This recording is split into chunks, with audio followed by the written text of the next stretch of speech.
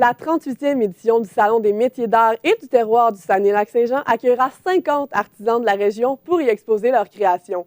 Le salon aura lieu du 7 au 11 novembre au Centre des congrès de l'Hôtel Le Montagnier. Pour en parler, je reçois la coordinatrice du salon, Caroline Thériault. Caroline Thériault, bonjour. Bonjour, Fanny. Donc, c'est pas la première fois que vous organisez le Salon des métiers d'art. Qu'est-ce qui vous tient autant à cœur pour revenir une autre année de suite?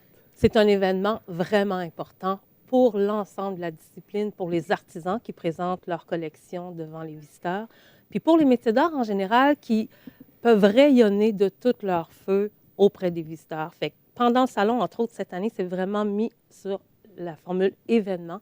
Il va y avoir des ateliers d'animation, les gens vont pouvoir toucher la matière, il va y avoir des conférences.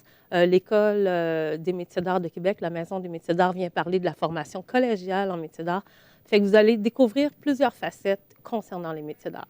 Et justement, il va y avoir 2 zones d'animation. Quelles activités vont être offertes durant ces 2 zones-là? Bon, le jeudi, c'est vraiment mis l'accent sur la céramique. Alors, vous allez avoir la possibilité de faire du tour à céramique, du façonnage, de l'estampage. Le vendredi, encore là, du côté de la zone toucher la matière, c'est le textile qui est mis de l'avant. Alors, il va y avoir de la peinture sur de la soie, de l'impression textile, de la broderie médiévale. Les visiteurs vont pouvoir créer des œuvres. Donc, on partage le plaisir de créer avec la matière. Le samedi, c'est la sculpture qui est mise de l'avant. Vous allez pouvoir faire de la sculpture sur papier, voir des démonstrations de sculpture sur bois, des démonstrations de vitrail. Ce n'est pas tout à fait sculpture, on a triché un peu pour leur faire une place. Et le dimanche, c'est des activités familiales. Alors, les enfants vont pouvoir faire du tricot au doigt. Il va y avoir une activité feutrer une boule de sécheuse. Alors, des activités qui peuvent être partagées avec la famille. Et, technologie oblige, il va y avoir des démonstrations d'imprimantes 3D au salon. Et du côté de la zone bar, les 5 à 7, c'est plutôt des conférences qui vont vous permettre justement de découvrir, entre autres, la politique des 1 du ministère de la Culture et des Communications. Une dame de Québec vient en parler avec nous, nous présenter cette politique-là. Intégration des œuvres à l'architecture, la politique du 1 tous les gens ne sont pas familiers avec ça. La Ville de Saguenay également, qui vient nous parler de sa politique d'acquisition d'œuvres d'art et d'intégration des œuvres d'art à l'architecture.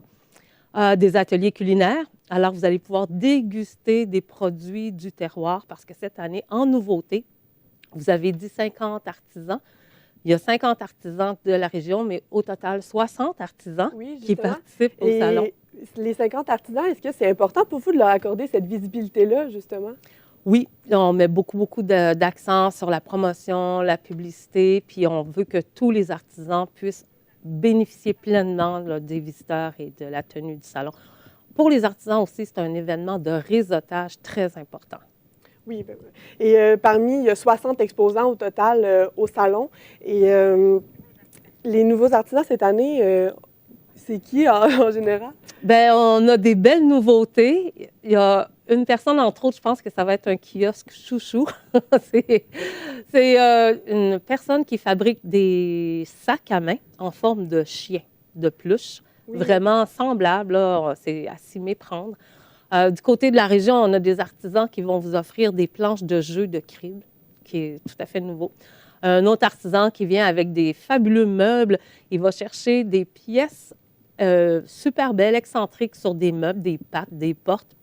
Il les intègre à un autre meuble. Alors, il reconstruit un meuble à partir d'éléments qu'il trouve intéressants.